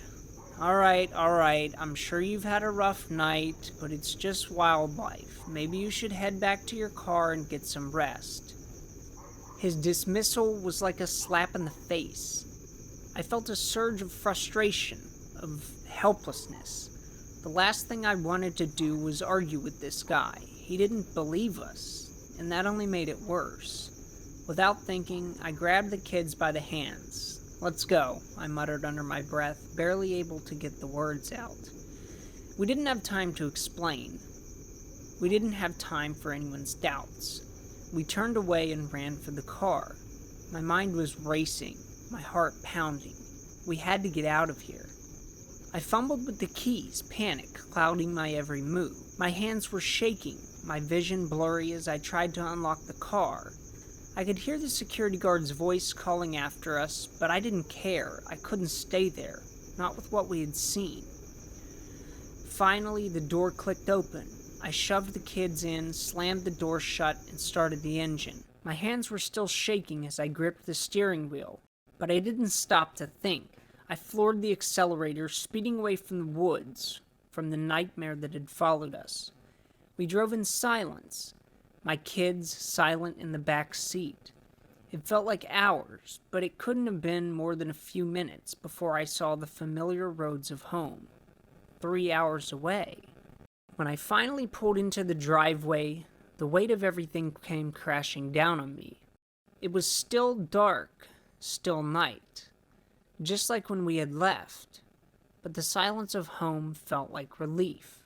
I could feel my heart rate slowing, the tension in my muscles starting to release, even though the terror was still lodged deep into my chest. We were safe. We had made it home. But as I sat there in the car, staring at the darkened house, the unease didn't leave. I couldn't shake the feeling that something was still out there, something we had narrowly escaped, something I didn't want to think about. But we were home. That was all that mattered for now. I sat on the couch, exhausted, my body still tense from the terror we had just experienced. My daughter, still unable to shake off what had happened, quietly ate her cereal at the table. It was well past 3 a.m., and she hadn't been able to sleep since we got back. Then, I heard it. The faint sound of keys jingling, the unmistakable noise of the door unlocking. I froze, sitting upright, my heart suddenly racing. It was a sound I knew all too well. My wife had returned. I'd called her earlier, telling her everything that happened, and she must have hurried home. The door creaked open and she stepped inside, closing it behind her. I let out a breath I didn't realize I'd been holding. She looked at me, concerned. "What happened?" she asked, as she walked in, eyes searching my face for answers. I opened my mouth, ready to explain, but the words came out haltingly. I tried to tell her what we had seen, how something in the woods had been following us, something with an eerie, glowing smile. I spoke about the security guard, about the terrifying creature that had been standing outside our tent, its features unnatural and horrifying. But she didn't believe me. "Come on, honey," she said gently, clearly trying to calm me. "It was probably just the dark. You've had a rough night, that's all. It's okay." But the last thing I heard before everything went silent was my daughter's trembling voice, looking out the window. "Daddy, there's a smiling man outside." They used to have little rest stops in heavily forested areas where travelers could spend the night no charge or anything. There was a single dormitory with a couple of beds, and anyone could just set their luggage down and go to sleep, and leave the next morning. There was no reception or catering, just a building where you spend the night. These buildings were important, like really important, to have in these forests. Once a month, a local priest would be called to consecrate the buildings. Maintenance of these structures was on the lower end, but the consecration happened without fail every single month. In October of 1973, my mother fell really ill, and I had to travel to a neighboring village to take care of her. She was all alone, and I had to get there ASAP, so I set out even though it was evening. No one owned any cars, so I had to rent a carriage. The village road wasn't paved or lit. My lantern was the only source of light I had. My friends warned me not to pick up any hitchhikers, since they often tried to lead you off the path and into the woods. Do not leave the road under any circumstances, I was instructed, and I was smart enough not to test this. As the evening turned to night, I desperately hoped to find one of the rest houses. But then I saw her. She was standing right off the path with her hand raised and her thumb out. A hitchhiker. It wasn't uncommon to see one on this path, which is why no one left after dark. My lantern lit her up as I passed by. She looked like she was holding something in the other hand, and didn't have any shoes on. I tried to avoid eye contact and held my breath as I passed her by. She tried to walk towards my carriage. I couldn't see her face, but her movements told me she was desperate. I didn't stop and forced my horses into a brisk trot. She didn't give chase, and I thanked God I didn't have to go faster. Accidentally losing a wheel due to this stony road and being stranded here was not something I wanted. Finally, after what seemed like hours, I saw a rest house. Good. Great, I can spend the night safely, I thought. It was dilapidated and empty. I tethered my horses to the shed area and entered. God, this place smelt. I left my luggage in the carriage and made my way to one of the beds, placing my lantern beside it. I refilled its oil and locked the door. It was big and had a heavy wooden latch, for good reason. I lay down and tried to sleep, but then I saw her again. She was pacing outside. I could see her through the grated window, holding something in her hand. The same hitchhiker, but she didn't dare enter, and she couldn't as long as the consecration held up. I scattered some salt by the windows and doors as an extra precaution, and it instantly turned black. This was bad. Really, really bad. I moved away from the windows and stood absolutely still while the hitchhiker paced outside, her bare feet creating muted thuds on the soil. I looked around the room, and then I noticed it. There were cracks on the walls, and the entire place reeked. But the worst part was that the Latin incantations were absent. This wasn't a rest house. No, they'd never risk it. This was a duplicate, created to lure and trap idiots like me who wouldn't bother paying close attention. I rushed towards the shed. It was interconnected to the structure by design. This place was structurally the same as a rest house, but it wasn't. My horses weren't there. And then I saw her face. She had a child in her arms, and she looked just like my mother. I knew in that moment that my mother had passed. This wasn't a hitchhiker. Mother had been trying to warn me since I first saw her on the path. The waiting room was unnervingly still, a sterile chamber where even the slightest hint of warmth seemed to vanish. I sat on a stiff plastic chair, my eyes fixed on the blank television mounted on the wall, as the ceaseless hum of fluorescent lights underscored my isolation. The pervasive scent of antiseptic clung to the air, with each inhalation serving as a reminder of the clinical precision that had come to define this place. Above me, an old clock hung on the wall, a relic with ornate hands that defied logic. Its ticking was irregular, sometimes skipping a beat or even running backwards for a split second, as if time itself were being tampered with. I found its behavior oddly hypnotic, a silent metronome to the growing dissonance around me.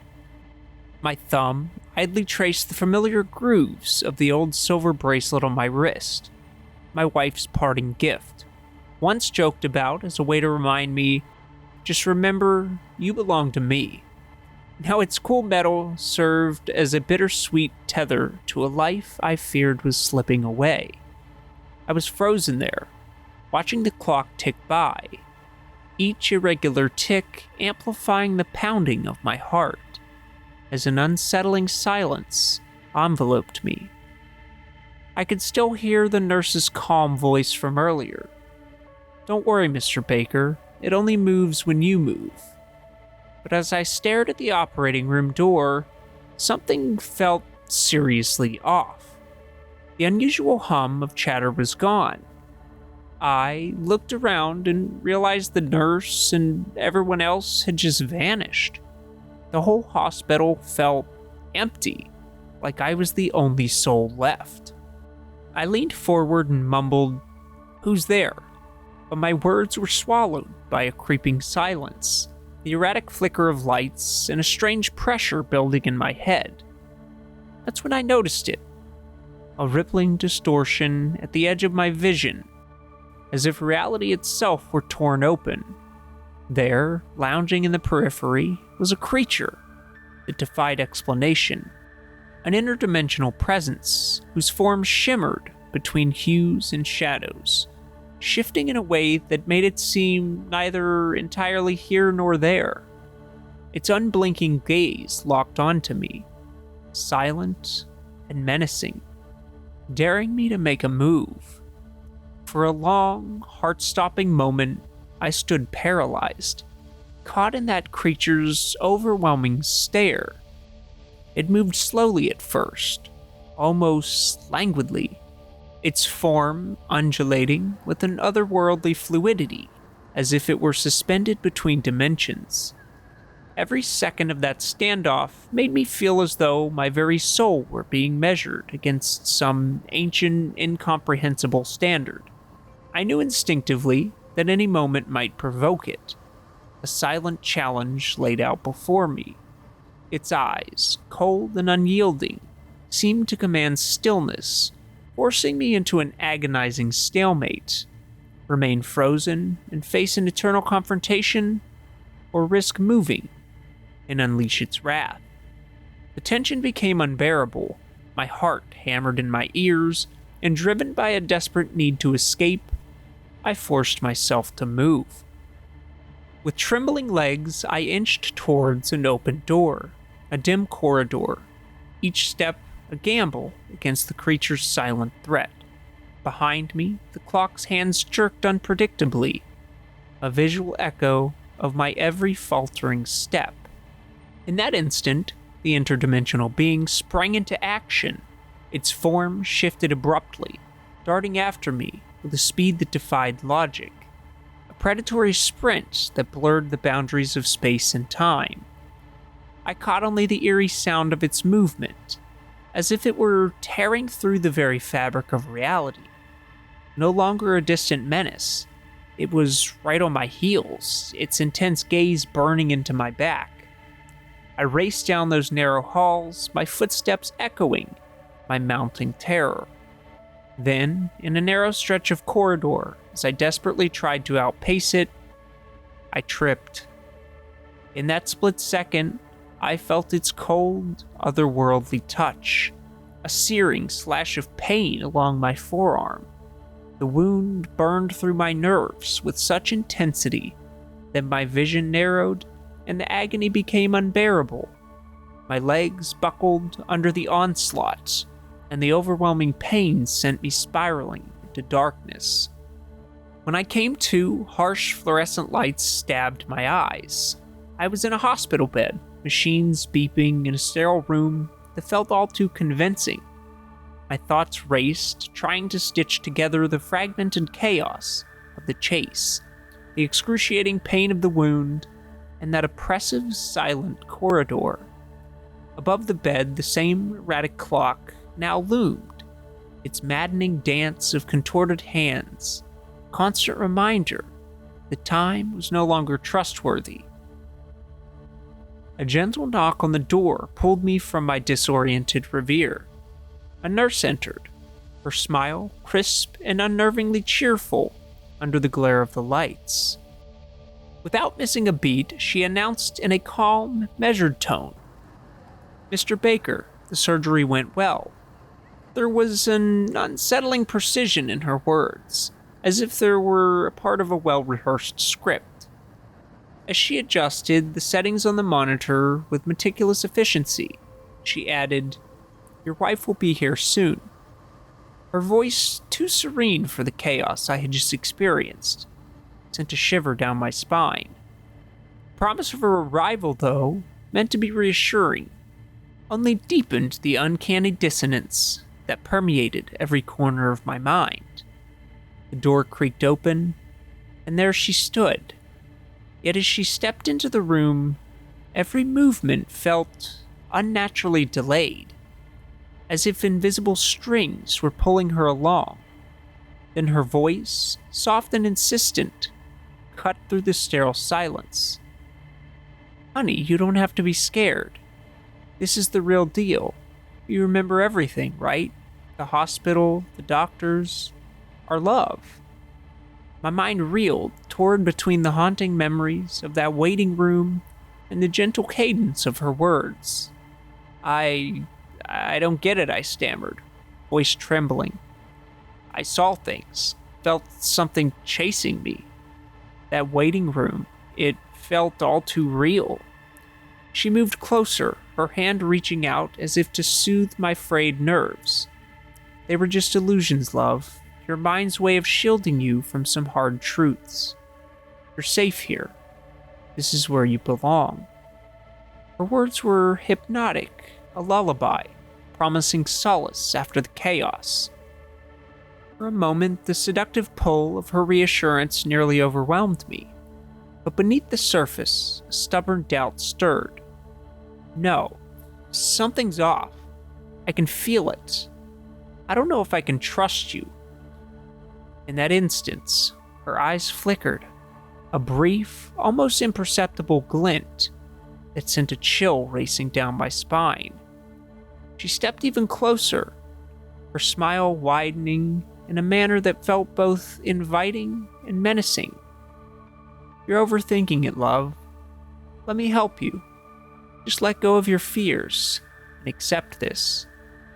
The closer she came, the more I sensed an undercurrent of menace, a subtle distortion in her features, a lag in her movements that defied the natural flow of life. Instinct roared within me, urging escape. With a surge of adrenaline, I shoved her back. The act felt like a betrayal, even as it snapped me back to reality. In that charged moment, the air shattered with a sudden, bone-chilling crack. Fluorescent lights overhead flickered violently, casting erratic shadows that stretched like grasping fingers. As I staggered backward, my heart pounded in my ears, and from the far corner of the room, a dark, shifting presence emerged. A being whose form wavered between this world and some other, far more sinister plane. Its eyes, voids of ancient malice, fixed upon me as it spoke in a voice that was both a whisper and a roar. You never left the waiting room. The walls convulsed as the sterile confines dissolved into a nightmare of swirling shadows and fractured time. I stood frozen, caught between the remnants of a reality I once knew and a terror that refused to relent. In that final, shattering moment, as the boundaries of my world crumbled into darkness, I realized that I had been waiting for myself in that waiting room all along. Even before the chase and the chaos began, trapped in an endless cycle, here I am once again, sitting in that same cold waiting room. We aren't supposed to be here. We aren't supposed to be alive, is what I mean.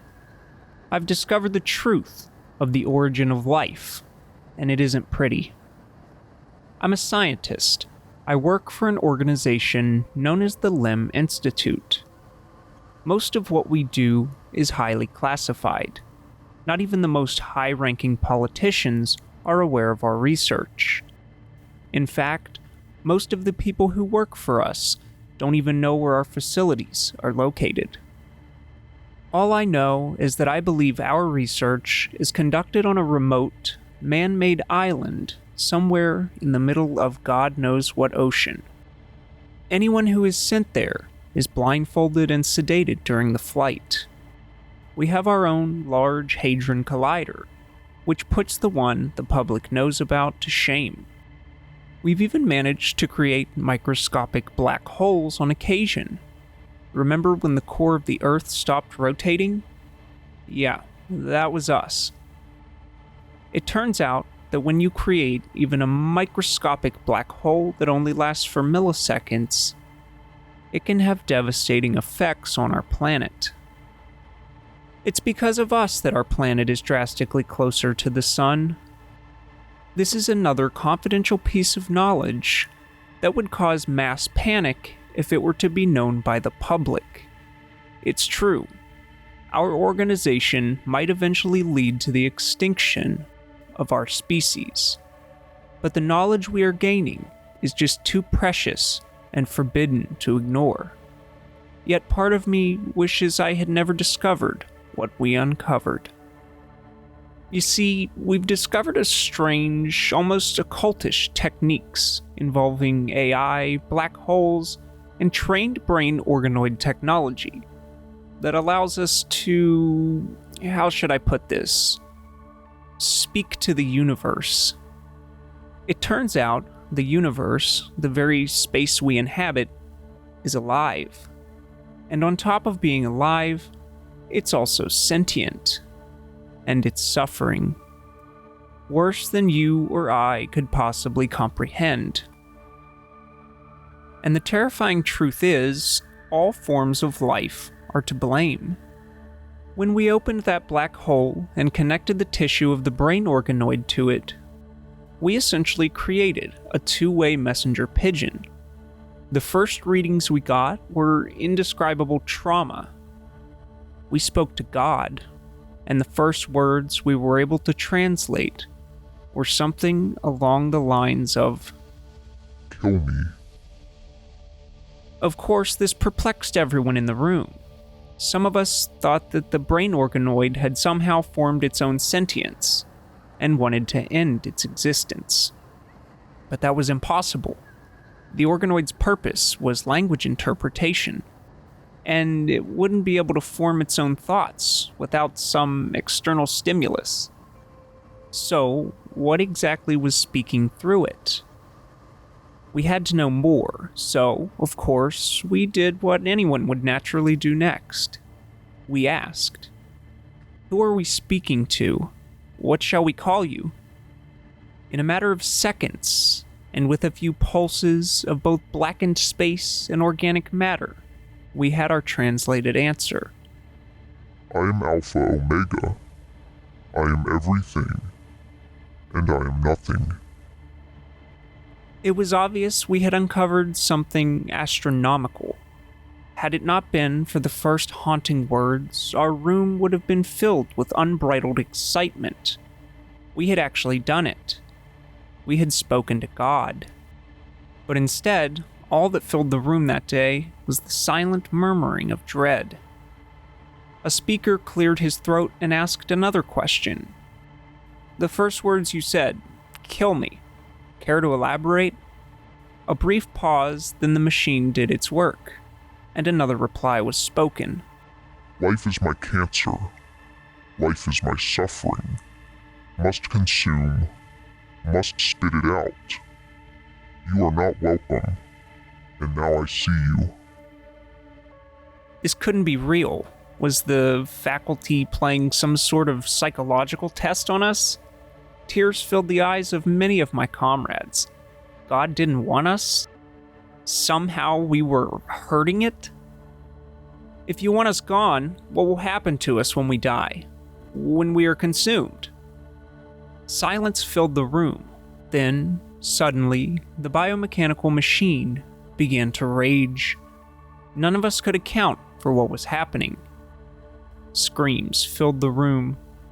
My once professional comrades, supposedly ready for anything, were now soiling themselves, crying like frightened children. "For eons you were once a part of me, cells of a once greater structure, until your souls decided to defy me.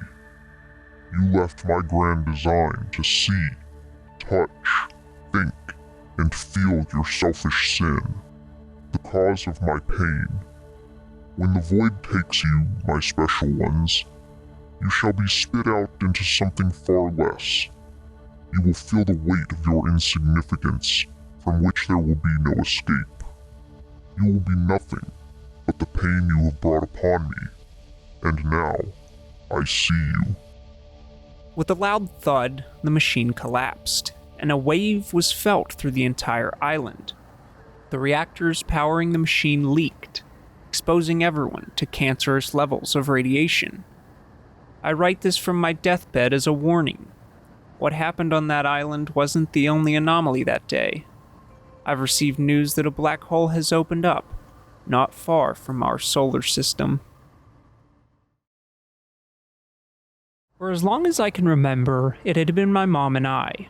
Well, my mom, me, and her. I gave her the official name, the Night Stalker, long ago.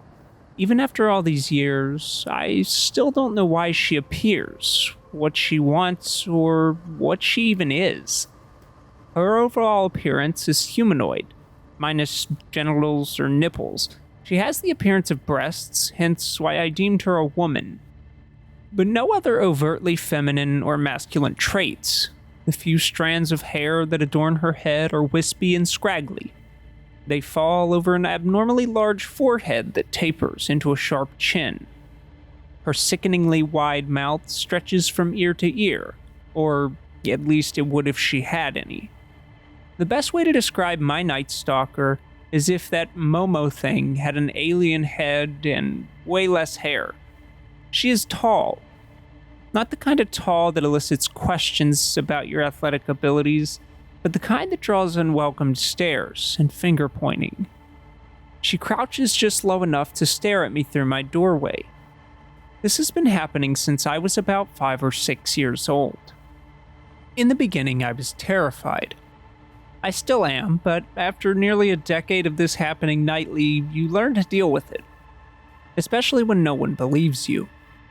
My Night Stalker has been the reason behind many visits to several therapists and psychiatrists. After a brief stay in a mental facility at age 12, I realized that no one was going to help me. I played the role like I was better. My only options seemed to be to deal with my Night Stalker on my own, or continue to be drugged from doctor to doctor and facility after facility. So I chose the former. I've tried everything over the years, from saging the house to taking up traditional religion, even to witchcraft. But still she remains, watching me every single night. Some will read this and question why I didn't just shut my door at night. I tried that possible solution and spent the entire night hiding under the covers as my Night Stalker wailed, scratched, and pawed at my door. The next morning, I asked my mom if she heard any noises throughout the night and was met with a familiar look of worry. I quickly dropped the subject as the answer was apparent. I even thought that maybe our house was haunted, but after my first and last sleepover at 9, I was proven very wrong.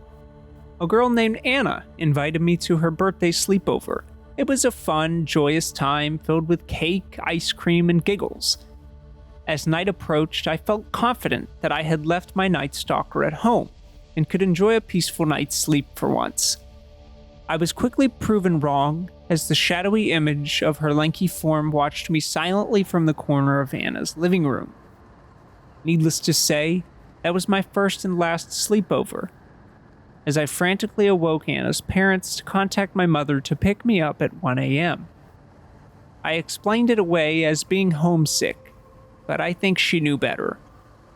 About 2 years ago, acceptance finally crept in, as this entity seemed bound to haunt my nights forevermore.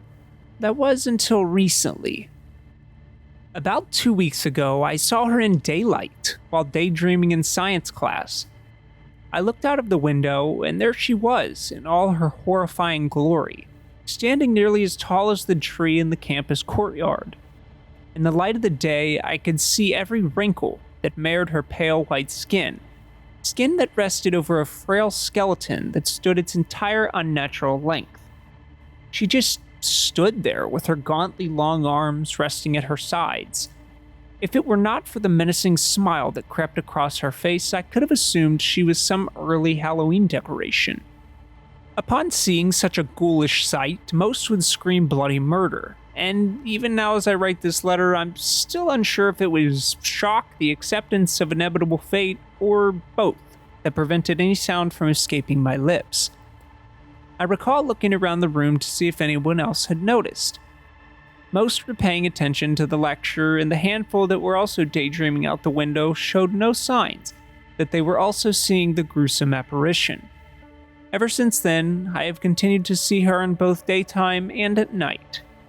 She maintains a healthy distance in the light, but has begun to inch closer every night. For years, she had stood several feet outside my doorway during her regular nighttime visits. I know she hasn't moved in all these years because her position has always been right across from the large painting in our hallway that my mom bought when I was around 7. In the 2 weeks since my Night Stalker's first appearance in the daytime, she has migrated past the wall painting and made it to my door. Which brings me to the ultimate purpose of this letter. 2 nights ago, I awoke to see her standing just inside the threshold of my door. And last night, she stood just feet from my bed. I don't know for sure what will happen when she reaches me, but I have an idea, and it terrifies me beyond belief. I've tried to delay going to sleep as long as I could, but even now as the night continues to grow darker, I feel frigid breath on my neck. To those who didn't believe me, who called me imaginative, crazy, or just a straight-up liar, I forgive you. Somewhere along the way, I found forgiveness. And though I still fear my fate, I hope there is peace in this next plane of existence. This letter was found at the scene of a horrendous murder of 16-year-old Hannah Stevens. Stevens was found mutilated beyond recognition in her home. Reports say her mother was unaware of the gruesome scene, mere feet away from her, as she heard nothing. It wasn't until she went to wake Hannah for school that she discovered the devastating scene. It was also reported that there were no other residents currently living in the Stevens home. DNA testing was necessary to positively identify the remains. There were no signs of a break-in or intruder, sources say. At the time, police aren't releasing any new information, but ask that if anyone has any info to please contact the Granite Falls Police Department at 555-567-0000. There has been a strange smell since my new tenants arrived. After I graduated and got a good job outside of my hometown, I thought my life was sorted. My father even helped me finance an apartment and covered half the rent, just to see me get off to a good start. But, like everything that goes up, comes down. The company made cuts, and I lost my job. With the mortgage, bills, and unemployment dwindling, it didn't take long for me to consider alternatives. I rented my 3rd bedroom, and the small apartment in the backyard on Airbnb. It wasn't ideal, but it was either that or lose the house. The first guests were an elderly couple, Thomas and Mary Chaplin. Kind and calm. I had no problems. Until one rainy morning, there was a knock on my door. A young couple dressed impeccably, like something out of an old catalog. He, Dustin, had an affable smile and a salesman accent. She, Marilyn, looked like a living painting, eyes cold but charming. Without batting an eyelid, they offered 6 months of rent in advance, plus a generous bonus.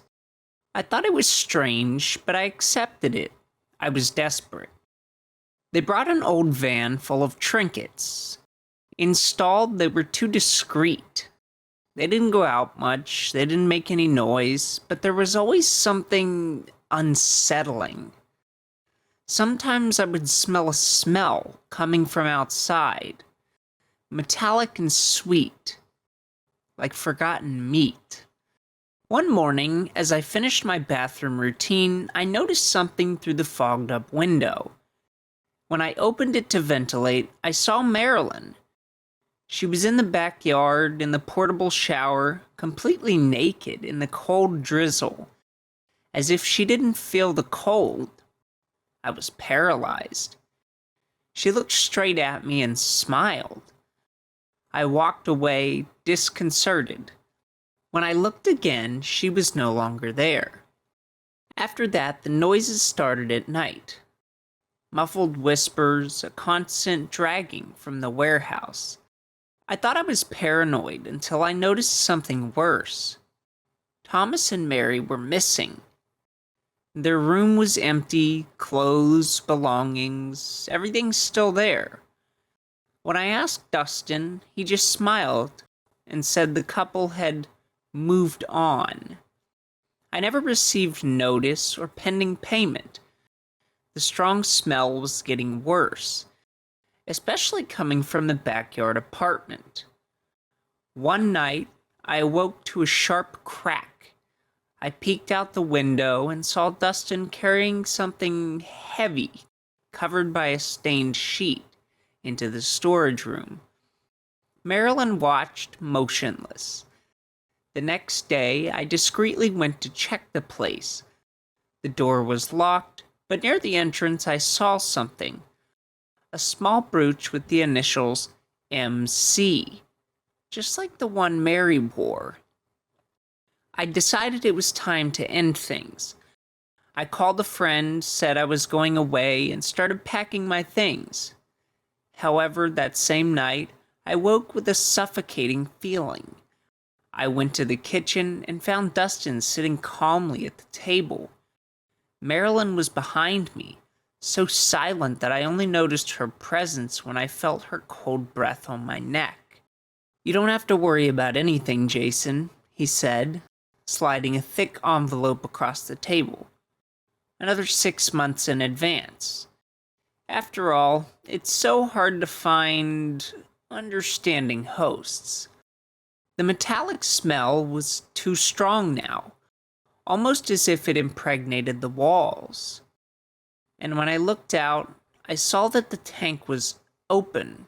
Something moved inside. Something that even from a distance seemed to be watching me back. Since then, I haven't slept well, I don't eat right. The smell never goes away, and every night I hear shuffling in the yard. The only certainty I have, I wasn't the one who rented the house to them. They were the ones who rented me for something that I still can't understand.